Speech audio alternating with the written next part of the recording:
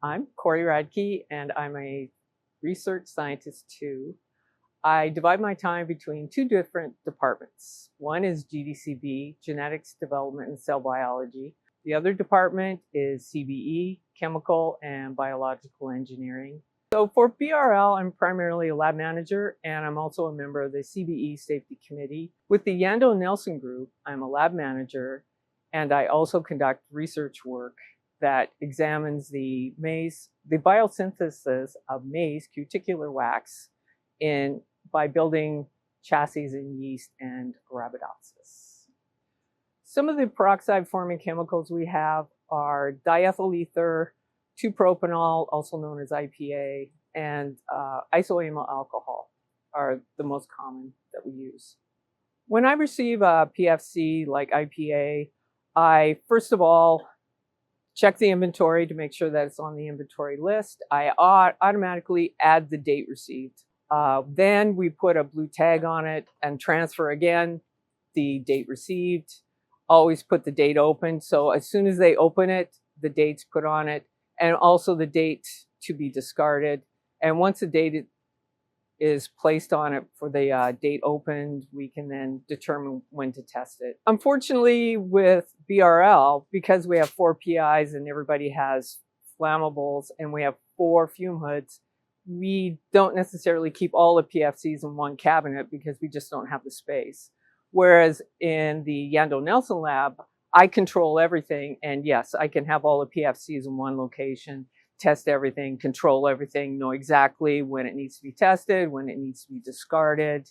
I would just recommend good instrument solvent management in that you always put a date, label, test frequently if you have PFCs.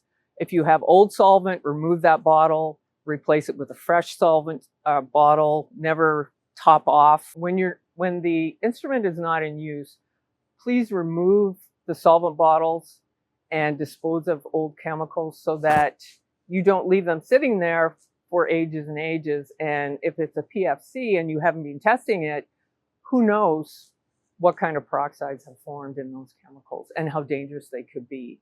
And so you need to do a visual inspection, obviously, to make sure they're still safe. Best practices, that's always a good one.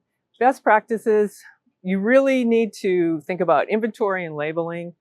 I mean, your greatest liability is the age of the chemical. So automatically, as soon as you receive it, put a date received. Even if it's not opened, you still need to keep track of it and dispose of it in a timely manner and not let it sit around.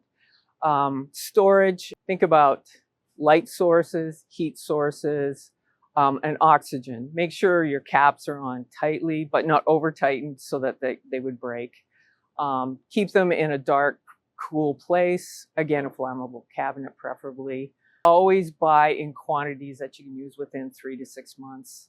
Never buy large quantities thinking, oh, I'm saving money. It's not, you're not really saving money and it's a hazard. So always think small. As far as waste pickup, always test your PFCs. Make sure you know exactly what your parts per million are and record that on the ticket submission so that the person picking up the PFC knows what they're dealing with. EH&S is a great resource for PFCs. They have brochures, tags, posters, and again, if you have any questions, they'll answer any questions you have. They have videos on how to test your PFCs. So there's no reason you can't manage and take control of your PFCs.